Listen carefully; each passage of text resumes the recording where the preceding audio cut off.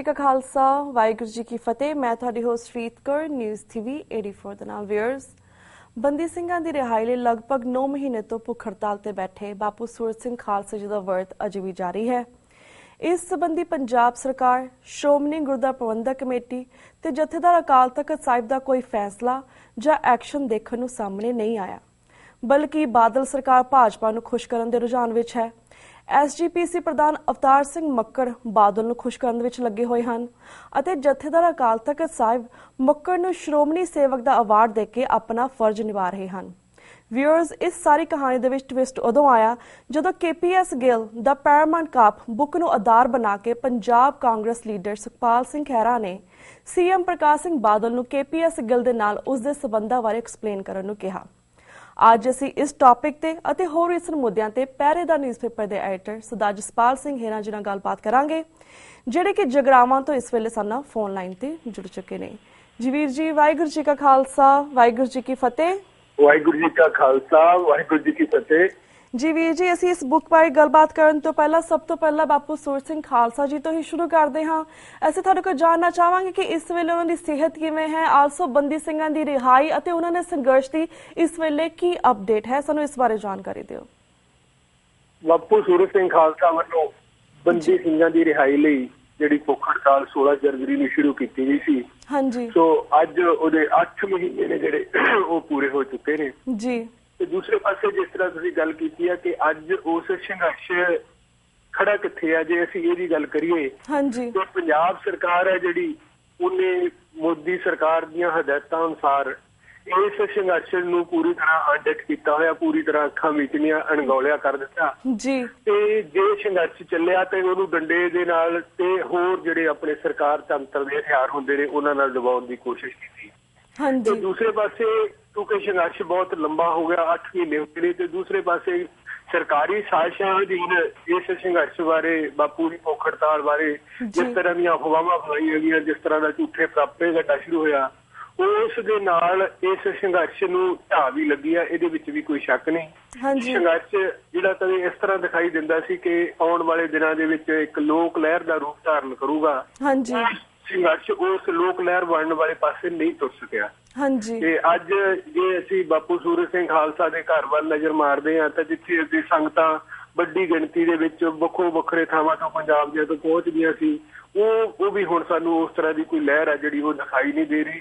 ਤੇ ਸੰਘਰਸ਼ ਕਮੇਟੀ ਵੱਲੋਂ ਵੀ ਕੋਈ ਕੋਈ ਉਸ ਤਰ੍ਹਾਂ ਦਾ ਰੂਪ ਰੇਖਾ ਜਿਹੜੀ ਉਹ ਸੰਘਰਸ਼ ਦੀ ਸਾਹਮਣੇ ਨਹੀਂ ਆ ਰਹੀ, ਜਿਹਦੇ ਨਾਲ ਜਿਹੜਾ ਆਮ ਸਿੱਖ ਆ ਜਿਹੜਾ ਉਹ ਸਾਨੂੰ ਜੁੜਿਆ ਦਿਖਾਈ ਦੇਵੇ। ਹੁਣ ਇੱਕ ਪ੍ਰੋਗਰਾਮ ਦਿੱਤਾ ਗਿਆ ਕਿ 17 ਸਤੰਬਰ ਵਾਲੇ ਦਿਨ ਸਾਰੇ ਜ਼ਿਲ੍ਹਾ ਹੈੱਡਕੁਆਟਰਾਂ ਤੇ 21 ਬੰਦੇ ਨੇ ਜਿਹੜੇ ਉਹ ਇੱਕ ਦਿਨ ਦੀ ਭੁੱਖ ਹੜਤਾਲ ਤੇ ਬੈਠਣਗੇ ਅਤੇ ਉਸ ਤੋਂ ਬਾਅਦ ਚਾਰੇ ਤਖਤ ਸਾਹਿਬਾਨ ਨੇ ਜਿਹੜੇ ਤਿੰਨੇ ਤਖਤ ਸਾਹਿਬਾਨ ਨੇ ਜਿਹੜੇ ਸ਼੍ਰੀ ਅਕਾਲ ਤਖਤ ਸਾਹਿਬ, ਦਮਦਮਾ ਸਾਹਿਬ ਤੇ ਕੇਸਗੜ੍ਹ ਸਾਹਿਬ, ਇਹਨਾਂ ਤੋਂ ਵੱਖੋ ਵੱਖਰੇ ਦਿਨਾਂ ਦੇ ਵਿੱਚ 10 ਦਿਨ ਦਾ ਇੱਕ ਮਾਰਚ ਆ ਜਿਹੜਾ ਉਹ ਕੱਢਿਆ ਜਾਊਗਾ।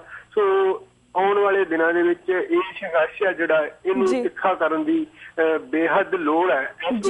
ਆਮ ਲੋਕਾਂ ਦੇ ਵਿੱਚ ਇਹ ਗੱਲ ਆ ਜਿਹੜੀ ਇਹ ਚਰਚਾ ਜਾ ਰਹੀ ਆ ਕਿ ਯਾਰ ਸੰਘਰਸ਼ ਤਾਂ ਖਤਮ ਹੋ ਗਿਆ।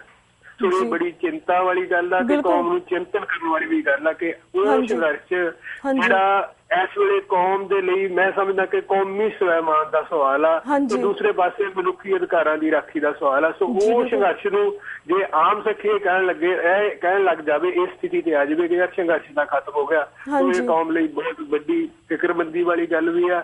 ਤੇ ਆਉਣ ਵਾਲੇ ਦਿਨਾਂ ਦੇ ਵਿੱਚ ਸਾਨੂੰ ਇਸ ਪਾਸੇ ਸਮੁੱਚੀ ਕੌਮ ਨੂੰ ਜ਼ਰੂਰ ਸੋਚਣਾ ਪਊਗਾ ਤੇ ਮੈਦਾਨ 'ਚ ਨਿੱਤਰਨਾ ਪਊਗਾ ਕਿ ਕੌਮੀ ਸਵੈਮਾਨ ਦਾ ਜਿਹੜਾ ਸੰਘਰਸ਼ ਆ, ਮਨੁੱਖੀ ਅਧਿਕਾਰਾਂ ਦੀ ਲੜਾਈ ਦਾ ਸੰਘਰਸ਼ ਆ, ਸਾਡੇ ਉਹਨਾਂ ਨੌਜਵਾਨ ਵੀਰ ਜਿਨ੍ਹਾਂ ਨੇ ਆਪਣੀ ਜ਼ਿੰਦਗੀ, ਆਪਣੀ ਜਵਾਨੀ ਜੇਲ੍ਹਾਂ 'ਚ ਗਾਲ ਲਈ ਆ, ਉਹਨਾਂ ਦੀ ਰਿਹਾਈ ਦਾ ਸੰਘਰਸ਼ ਆ।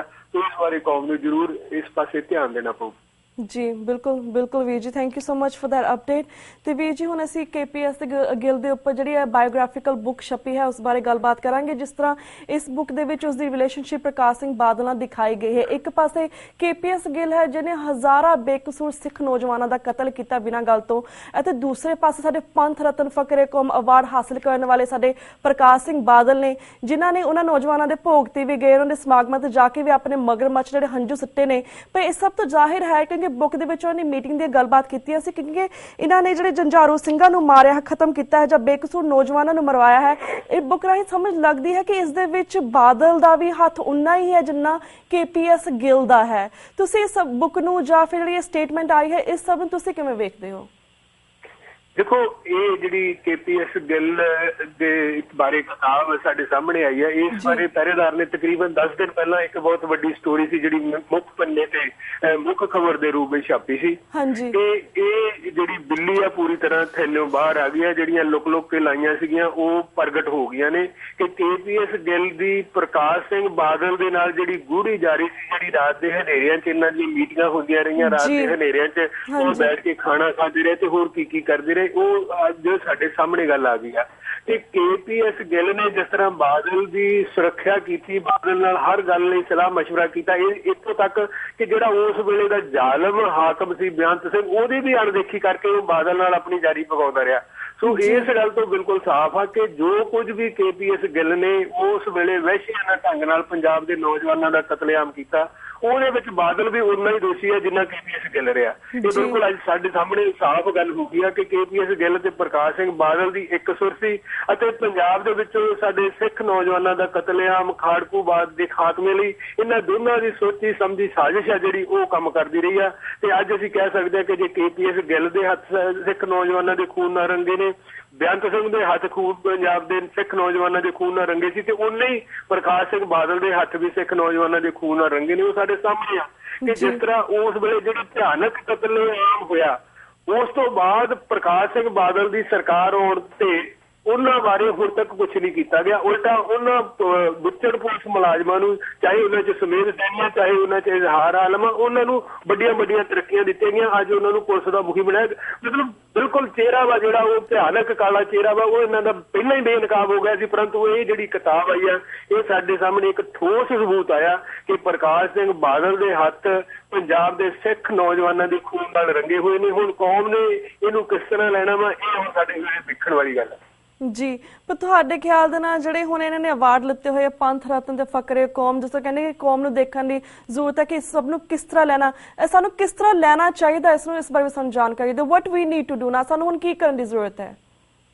ਦੇਖੋ, ਸਾਡੇ ਲਈ ਸਭ ਤੋਂ ਵੱਡੀ ਗੱਲ, ਦੇਖੋ ਇਸ ਤੋਂ ਪਹਿਲਾਂ ਵੀ ਅਸੀਂ ਅਕਾਲ ਤਖ਼ਤ ਸਾਹਿਬ ਦੇ ਜਥੇਦਾਰ ਨੂੰ ਸਿੱਖ ਜਥੇਬੰਦੀਆਂ ਵੱਲੋਂ ਜਾ ਕੇ ਇੱਕ ਮੰਗ ਪੱਤਰ ਦਿੱਤਾ ਸੀ ਕਿ ਇਹ ਵਿਅਕਤੀ ਆ ਜਿਹੜਾ ਪ੍ਰਕਾਸ਼ ਸਿੰਘ ਬਾਦਲ ਆ, ਅੱਜ ਇਹ ਗੱਲ ਸਾਬਤ ਹੋ ਚੁੱਕੀ ਆ ਕਿ ਉਹ ਕੌਮ ਦਾ ਗਦਾਰ ਵੀ ਆ, ਤੇ ਹੁਣ ਅਗਲੀ ਗੱਲ ਹੋਰ ਨਾਲ ਜੁੜ ਗਈ ਆ ਕਿ ਉਹ ਕੌਮ ਦਾ ਕਾਤਲ ਵੀ ਆ। ਸੋ ਜਿਹੜਾ ਵਿਅਕਤੀ ਇਹ ਸਾਬਤ ਹੋ ਚੁੱਕਿਆ ਕਿ ਉਹ ਕੌਮ ਦਾ ਗਦਾਰ ਵੀ ਆ, ਕੌਮ ਦਾ ਕਾਤਲ ਵੀ ਆ, ਤੇ ਫਿਰ ਉਸ ਵਿਅਕਤੀ ਨੂੰ ਫਖਰੇ ਕੌਮ ਤੇ ਪੰਥ ਰਤਨ ਵਰਗੇ ਅਵਾਰਡ ਨੇ ਜਿਹੜੇ ਇਤਿਹਾਸ ਨੂੰ ਕਲੰਕਿਤ ਕਰਨ ਵਾਲੀ ਗੱਲ ਆ। ਕਿਰਪਾ ਕਰਕੇ ਇਹਨਾਂ ਅਵਾਰਡਾਂ ਨੂੰ ਵਾਪਸ ਲੈ ਲਓ। ਤੇ ਜਥੇਦਾਰ ਨੇ ਉਸ ਵੇਲੇ ਮਤਲਬ ਸਾਨੂੰ ਵਾਅਦਾ ਕੀਤਾ ਸਿੱਖ ਜਥੇਬੰਦੀਆਂ ਨੂੰ ਕਿ ਅਸੀਂ ਪੰਜ ਸਿੰਘ ਸਾਹਿਬਾਨ ਦੀ ਬੈਠਕ ਬੁਲਾਵਾਂਗੇ, ਉਹਦੇ ਉੱਤੇ ਇਸ ਬਾਰੇ ਵਿਚਾਰਿਆ ਜਾਊਗਾ। ਪਰੰਤੂ ਅਗਲੇ ਦਿਨ ਉਹਨਾਂ ਦੇ ਪ੍ਰੈਸ ਨੋਟ ਆ ਗਿਆ ਕਿ ਇਹ ਫੈਸਲਾ ਸੀ ਜਿਹੜਾ ਫਖਰੇ ਕੌਮ ਦੇ ਅਵਾਰਡ ਦੇਣ ਦਾ ਤੇ ਪੰਥ ਰਤਨ ਅਵਾਰਡ ਦੇਣ ਦਾ, ਇਹ ਪੰਜ ਸਿੰਘ ਸਾਹਿਬਾਨ ਨੇ ਸਾਂਝਾ ਕੀਤਾ ਸੀ, ਇਸ ਕਰਕੇ ਇਹਦੇ ਤੇ ਕੋਈ ਵਿਚਾਰ ਹੀ ਨਹੀਂ ਹੋ ਸਕਦੀ। ਸੋ ਇੱਕ ਪਾਸੇ ਸਮੁੱਚੀ ਕੌਮ, ਇੱਕ ਪਾਸੇ ਸਾਡੇ ਸਾਹਮਣੇ ਠੋਸ ਸਬੂਤ ਕਿ ਇਹ ਵਿਅਕਤੀ ਆ ਜਿਹੜਾ ਇਹਦੀ ਅਸਲੀਅਤ ਕੀ ਆ, ਇਹਦਾ ਚਿਹਰਾ ਕੀ ਆ। ਉਸ ਦੇ ਬਾਵਜੂਦ ਅਸੀਂ ਸਭ ਜਾਣਦੇ ਹਾਂ ਕਿ ਜਥੇਦਾਰ ਸਾਹਿਬਾਨ, ਕਿਉਂਕਿ ਉਹ ਸ਼੍ਰੋਮਣੀ ਕਮੇਟੀ ਦੇ, ਜਿਸ ਤਰ੍ਹਾਂ ਤੁਸੀਂ ਪਹਿਲਾਂ ਵੀ ਕਿਹਾ ਕਿ ਸ਼੍ਰੋਮਣੀ ਕਮੇਟੀ ਦੇ ਤਨਖਾਹਦਾਰ ਮੁਲਾਜ਼ਮ ਨੇ, ਉਹਨਾਂ ਨੇ ਸ਼੍ਰੋਮਣੀ ਕਮੇਟੀ ਨੂੰ ਖੁਸ਼ ਰੱਖਣਾ, ਸ਼੍ਰੋਮਣੀ ਕਮੇਟੀ ਨੇ ਆਪਣੇ ਆਕੇ ਪ੍ਰਕਾਸ਼ ਸਿੰਘ ਬਾਦਲ ਨੂੰ ਖੁਸ਼ ਰੱਖਣਾ। ਸੋ ਇਹਨਾਂ ਤੋਂ ਅਸੀਂ ਕਿਸੇ ਕਿਸਮ ਦੀ ਉਮੀਦ ਤਾਂ ਨਹੀਂ ਰੱਖ ਸਕਦੇ। ਪਰੰਤੂ ਕੌਮ ਨੂੰ ਇਸ ਵੇਲੇ ਮਿਲ ਕੇ ਇਸ ਤਰ੍ਹਾਂ ਦਾ ਇੱਕ ਮਤਲਬ ਪੰਥਕ ਕਨਵੈਨਸ਼ਨ ਕਰਕੇ ਜਾਂ ਮਿੰਨੀ ਸਰਬੱਤ ਖਾਲਸਾ ਕਰਕੇ ਇਹ ਕੌਮ ਵੱਲੋਂ ਐਲਾਨ ਕੀਤਾ ਜਾਣਾ ਚਾਹੀਦਾ ਕਿ ਅਸੀਂ ਇਸ ਕੌਮ ਦੇ ਕਾਤਲ ਵਿਅਕਤੀ ਨੂੰ, ਕੌਮ ਦੇ ਗਦਾਰ ਵਿਅਕਤੀ ਨੂੰ ਕੌਮ ਦੇ ਵਿੱਚੋਂ ਛੇਕਦੇ ਹਾਂ। ਮੈਂ ਮਤਲਬ ਸਮੁੱਚੀ ਕੌਮ ਨੂੰ ਇਸ ਗੱਲ ਦਾ ਸੱਦਾ ਦਿੰਦਾ। ਜੀ ਬਿਲਕੁਲ ਬਿਲਕੁਲ। ਤੇ ਵੀਰ ਜੀ, ਅਸੀਂ ਪੰਜਾਬ ਦੀ ਗੱਲ ਕੀਤੀ, ਸਾਨੂੰ ਭਾਰਤ ਬਾਰੇ ਤੁਹਾਨੂੰ ਗੱਲਬਾਤ ਕਰਨਾ ਚਾਹਾਂਗੇ। ਜਿਸ ਤਰ੍ਹਾਂ ਪਿਛਲੇ ਦਿਨਾਂ ਦੇ ਵਿੱਚ ਜੈਨ ਧਰਮ ਨੂੰ ਆਧਾਰ ਬਣਾ ਕੇ ਉਹਨਾਂ ਦਾ ਸਹਾਰਾ ਲੈ ਕੇ ਭਾਰਤ ਦੇ ਵਿੱਚ ਬਹੁਤ ਸਾਰੀਆਂ ਥਾਵਾਂ ਤੇ ਮੀਟ ਦੇ ਉੱਤੇ, ਸਪੈਸ਼ਲੀ ਬੀਫ ਦੇ ਉੱਤੇ ਪਾਬੰਦੀ ਲਗਾਈ ਗਈ ਸੀ। ਪਰ ਜਿਸ ਤਰ੍ਹਾਂ ਬੀਫ ਜਿਹੜਾ ਬਾਹਰ ਦੇਸ਼ਾਂ ਦਾ ਐਕਸਪੋਰਟ ਹੁੰਦਾ, ਉਹ ਤਾਂ ਉਹਨਾਂ ਦੀ ਚੜਾਈ ਕਾਫੀ ਆਪਣੇ ਭਾਰਤ ਸਰਕਾਰ ਦੀ 13% ਦੀ ਹੋਈ ਹੈ। ਪਰ ਇਹ ਭਾਰਤ ਦੇ ਵਿੱਚ ਬੀਫ ਜਿਹੜਾ ਐਕਸਪੋਰਟ, ਭਾਰਤ ਦੇ ਵਿੱਚ ਕਹਿੰਦੇ ਕਿ ਬੀਫ ਨੂੰ ਐਕਸਪੋਰਟ ਨਹੀਂ ਕਰਨਾ, ਬੀਫ ਨੂੰ ਨਹੀਂ ਫਲਾਣਾ, ਨਹੀਂ ਕੱਟਣਾ। ਪਰ ਇਸ ਤਰ੍ਹਾਂ ਦੀਆਂ ਗੱਲਾਂ ਕਿਉਂ ਕੀਤੀਆਂ ਜਾਂਦੀਆਂ? ਪਰ ਬਿਜ਼ਨਸ ਦੇ ਹਿਸਾਬ ਨਾਲ ਤੇ ਇਹ ਕਾਫੀ ਆਪਣਾ ਮੁਨਾਫਾ ਲੈ ਰਹੇ ਨੇ, ਬਿਕੋਜ਼ ਅਗਰ ਬਾਹਰ ਦੇ ਦੇਸ਼ਾਂ ਦੇ ਵਿੱਚ ਅਗੇ ਬਾਸਮਤੀ ਭੇਜਣ ਇੰਡੀਆ ਦੇ ਵਿੱਚੋਂ ਤਾਂ ਉਨੀ ਬਾਸਮਤੀ ਨਹੀਂ ਵਿਕਦੀ ਇਹਨਾਂ ਦੀ ਜਿੰਨੀ ਆਂਦਾ ਬੀਫ ਦੀ ਐਕਸਪੋਰਟ ਹੋ ਰਹੀ ਹੈ ਇਸ ਵੇਲੇ। ਇਹ ਕਿਉਂ ਇਸ ਤਰ੍ਹਾਂ ਲੋਕਾਂ ਨੂੰ ਬੇਵਕੂਫ ਬਣਾ ਰਹੇ ਨੇ? ਇਸ ਪਿੱਛੇ ਤੁਹਾਨੂੰ ਕੀ ਲੱਗਦਾ ਹੈ ਕਿ ਕਿਉਂ ਕੀ ਚਾਲਾਂ ਚੱਲ ਰਹੇ ਨੇ ਇਹ? देखो ये सारी जी आप सारे इस गल समझते हैं कि जो इस तरह के फैसले लए जाते हैं इन्हों के पिछे एक राजसी मनोरथ होंगे, राजसी लाहे का मनोरथ होंगे।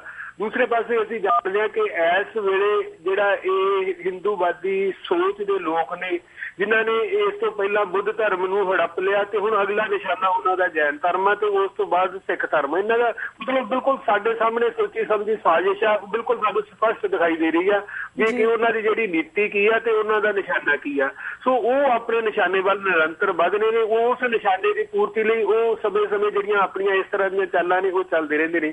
तो जित्थों तक गल तुसीं गल कीती है कि ये मास की गल आ, इन्हां दे पशुआं दे मास की गल आ ते वो अज तुसीं जे पंजाब की गल कर लईए सी कि पंजाब दे विच रोजाना जिहड़े 17 हादसे हुंदे ने, 17 कीमती जानां जांदियां ने सड़कां दे, उन्हां दे विचों घੱਟੋ घੱਟ अद्धियां जानां इस करके जांदियां ने कि अज पंजाब दीयां सड़कां ते आवारा जिहड़े पशु ने उन्हां दा राज है। सो पंजाब का किसान है जिहड़ा वो रात नूं अपने घर दे विच सौ नहीं सकदा, उहनूं अपनी फसलां दी राखी लई आवारा पशुआं दी तो राखी दे लई उहनूं अपने खेतां दे विच मतलब वो सारी रात आ जिहड़ी वो गुजारनी पैंदी है। सो अज पंजाब दे विच जिहड़ा अनाज दा उजाड़ा हो रहा, जिहड़ियां साडीआं कीमती जानां जा रहीआं, सिर्फ कल्ली मैं पंजाब की गल कर रहा, ਉਹਦਾ ਹੀ ਅਸੀਂ ਅੰਦਾਜ਼ਾ ਨਹੀਂ ਲਾ ਸਕਦੇ। ਤੇ ਦੂਸਰੇ ਪਾਸੇ ਜਿਹੜੀ ਸਰਕਾਰ ਦੀ ਨੀਤੀ ਆ ਉਹ ਸਾਡੇ ਸਾਹਮਣੇ ਆ ਰਹੀ ਆ ਕਿ ਬਜਾਏ ਇਸ ਪਾਸੇ ਕਿ ਜਿਸ ਤਰ੍ਹਾਂ ਤੁਸੀਂ ਗੱਲ ਕੀਤੀ ਹੈ ਕਿ ਜਿਹੜਾ ਮੀਟ ਦਾ ਵਪਾਰ ਆ ਜਿਹੜਾ ਸਾਡਾ ਵਿਦੇਸ਼ਾਂ ਦੇ ਵਿੱਚ ਵੱਧਦਾ ਫੁੱਲਦਾ ਵਾ, ਉਸ ਪਾਸੇ ਤੁਰਨ ਦੇ ਬਜਾਏ ਉਸ ਨੂੰ ਜਿਸ ਤਰ੍ਹਾਂ ਬੰਦ ਕਰਨ ਦੀ ਕੋਸ਼ਿਸ਼ ਕੀਤੀ ਜਾ ਰਹੀ ਆ, ਉਹਨੂੰ ਸੀਮਿਤ ਕਰਨ ਦੀ ਕੋਸ਼ਿਸ਼ ਕੀਤੀ ਜਾ ਰਹੀ ਆ, ਭਾਵੇਂ ਕਿ ਇਹ ਸਰਕਾਰ ਦੀ ਜਿਹੜੀ ਉਹ ਨੀਤੀ ਆ ਉਹਦਾ ਹਿੱਸਾ। ਪਰੰਤੂ ਦੂਸਰੇ ਪਾਸੇ ਦੇਖਣਾ ਚਾਹੀਦਾ ਸਾਨੂੰ ਇਹ ਪਊਗਾ ਕਿ ਇਹਦੇ ਨਾਲ ਨੁਕਸਾਨ ਕਿੰਨਾ ਹੋ ਰਿਹਾ ਉਹਦੇ ਬਾਰੇ ਕੋਈ ਵੀ मतलब ਵਿਚਾਰ ਚਰਚਾ ਜਿਹੜੀ ਉਹ ਉੱਚ ਪੱਧਰੀ ਰੂਪ ਦੇ ਵਿੱਚ ਨਹੀਂ ਹੁੰਦੀ, ਕਿਉਂਕਿ ਜਿਹੜੇ ਵੀ ਸੂਬਿਆਂ ਦੇ ਵਿੱਚ ਇਸ ਤਰ੍ਹਾਂ ਦੀ ਪਾਬੰਦੀ ਲਾਤੀ ਤੇ ਉੱਥੇ ਕਿਸੇ ਪਾਸੋਂ ਇਸ ਤਰ੍ਹਾਂ ਦੀ ਆਵਾਜ਼ ਨਹੀਂ ਆਈ ਕਿ ਆਖਰ ਨੂੰ ਇਹ ਪਾਬੰਦੀ ਲਾਉਣ ਦਾ ਜਿਹੜਾ ਨੁਕਸਾਨ ਆ ਉਹ ਕਿਸ ਰੂਪ ਦੇ ਵਿੱਚ ਹੋ ਰਿਹਾ। ਸੋ ਸਾਨੂੰ ਲੋਕਾਂ ਨੂੰ ਇਹ ਗੱਲ ਸਮਝਾਉਣ ਦੀ ਲੋੜ ਆ ਕਿ ਇਹਦੇ ਨਾਲ ਨੁਕਸਾਨ ਕਿੰਨਾ ਤੇ ਕਿਸ ਰੂਪ ਦੇ ਵਿੱਚ ਹੋ ਰਿਹਾ। जी जी परवीर जी, जिस तरह सिर्फ 1-2 मिनट रह गए ने जिस तरह ये जिहड़े ने भारत के लोग एक किस तरह लाइक धर्म नूं आधार बना के इन्हां चीज़ां ते रोक लगा देने, चाहे बीफ दा रोक लगाई होवे, पर जिस तरह असीं सिख कम्यूनिटी सिख नुकता तो वेखना चाहते हैं जिस तरह दल खालसा ने पिछले दिन स्टेटमेंट दी सी कि पंजाब दे विच सिगरट ते शराब ते भी पाबंदी लगानी चाहिए बिकॉज ये भी सारे धर्म के खिलाफ ने। पर जिस सानूं भी इन्हां चीज़ों नूं आधार बना के बाकी जथेबंदियों ने मिल के तुहानूं नहीं लगता कि इस चीज़ ते होर भी अपनी आवाज़ बुलंद करनी चाहिए कि सानूं भी अपने धर्म दे आधार बना के गल्लां करनियां चाहिए ने? Don't you think? नहीं देखो असी साडे तो सामने है कि असी जे कोई मंग करते हैं सिखा वालों कोई मंग की जाती है, असी साडा मतलब भगती का केंद्र श्री हरमंदिर साहब से इसलिए असी श्री अमृतसर साहब नूं पवित्र शहर करार देने की मंग की सी अज दी नहीं बहुत लंबे समय तो। सरकार ने कदे ध्यान नहीं दिता। अज भी श्री अमृतसर साहब विखे जिस तरह तुसीं गल कीती है कि सिगरट शराब है जिहड़ी वो शरेआम ते उस तो इलावा हालांकि तंबाकू के सेवन ते तंबाकू की मतलब विक्री ते कानूनन रूप में पाबंदी आ, परंतु पंजाब दे विच तुसीं किसी शहर से चले जाओ, किसी कस्बे चले जाओ, किसी पिंड चले जाओ, थां पान बीड़ियां दे खोखे ने जिहड़े अज मतलब इस तरह लगदा कि तुसीं किसी बिहार दे इलाके दे विच घूम फिर रहे हो। तो शरेआम वो जिहड़ा तंबाकू आ वो शरेआम पंजाब दी धरती ते विक रिहा। उस पासे चाहे साडियां वो पवित्र धरतियां ने चाहे साडियां वो इतिहासक धरतियां ने, सारियां ते मतलब ये जिहड़ा तंबाकू ते शराब आ जिहड़ी वो जिहड़ा मतलब उस तरह दी विक्री आ जिहड़ी वो शरेआम हो रही आ। सो जिहड़ी गल किसी जदों सिखां वल्लों कीती जांदी आ ਉਹ ਸਰਕਾਰ ਨੂੰ ਉਹਦੇ ਵਿੱਚ ਫਿਰਕੂ ਰੰਗਤ ਦਿਖਾਈ ਦਿੰਦੀ ਹੈ ਤੇ ਜਿਹੜੀ ਗੱਲ ਹਿੰਦੂਵਾਦੀ ਲੋਕਾਂ ਵੱਲੋਂ ਕੀਤੀ ਜਾਂਦੀ ਆ ਉਹ ਸਰਕਾਰ ਨੂੰ ਯੋਗ ਲੱਗਦੀ ਹੈ ਤੇ ਉਹਦੇ ਤੇ ਅਮਲ ਵੀ ਕੀਤਾ ਜਾਂਦਾ। ਸੋ ਇਹ ਜਿਹੜਾ ਅਸੀਂ ਵਾਰ-ਵਾਰ ਇੱਕ ਗੱਲ ਕਰਦੇ ਆ ਕਿ ਇਸ ਦੇਸ਼ ਦੇ ਵਿੱਚ ਸਿੱਖ ਨੇ ਜਿਹੜੇ ਉਹਨਾਂ ਨੂੰ ਅੱਜ ਤੱਕ ਨਾ ਤਾਂ ਇਹਨਾਂ ਨੇ ਆਪਣੇ ਬਰਾਬਰ ਦੇ ਸ਼ਹਿਰੀ ਸਮਝਿਆ ਤੇ ਨਾ ਉਹ ਸਮਝਣ ਵਾਲੀ ਰਾਹ ਤੇ ਤੁਰੇ ਹੋਏ ਨੇ। जी जी ਵੀਰ ਜੀ ਥੈਂਕ ਯੂ ਸੋ ਮਚ ਕਿਉਂਕਿ ਸਾਡਾ ਵਕਤ ਹੁਣ ਬ੍ਰੇਕ ਵੱਲ ਜਾ ਰਿਹਾ। ਥੈਂਕ ਯੂ ਸੋ ਮਚ ਕਿ ਤੁਸੀਂ ਇਹਨਾਂ ਕੁਝ ਰੀਸੈਂਟ ਮੁੱਦਿਆਂ ਦੇ ਉੱਪਰ ਸਪੈਸ਼ਲੀ ਇਸ ਬੁੱਕ ਦੇ ਉੱਪਰ ਆਪਣੇ ਵਿਚਾਰ ਜਿਹੜੇ ਨੇ ਸਾਡੇ ਦਰਸ਼ਕਾਂ ਨਾਲ ਸਾਂਝੇ ਕੀਤੇ। ਹੁਣ ਅਸੀਂ ਤੁਹਾਡੇ ਕੋਲ ਇਜਾਜ਼ਤ ਲੈਂਦੇ ਹਾਂ, ਫਿਰ ਤੋਂ ਤੁਹਾਨੂੰ ਟੀਵੀ 84 ਦਰਸ਼ਕਾਂ ਦੇ ਰੂਬਰੂ ਕਰਾਵਾਂਗੇ। ਹੁਣ ਇਜਾਜ਼ਤ ਲੈਂਦੇ ਹਾਂ। ਵਾਹਿਗੁਰੂ ਜੀ ਕਾ ਖਾਲਸਾ ਵਾਹਿਗੁਰੂ ਜੀ ਕੀ ਫਤਿਹ।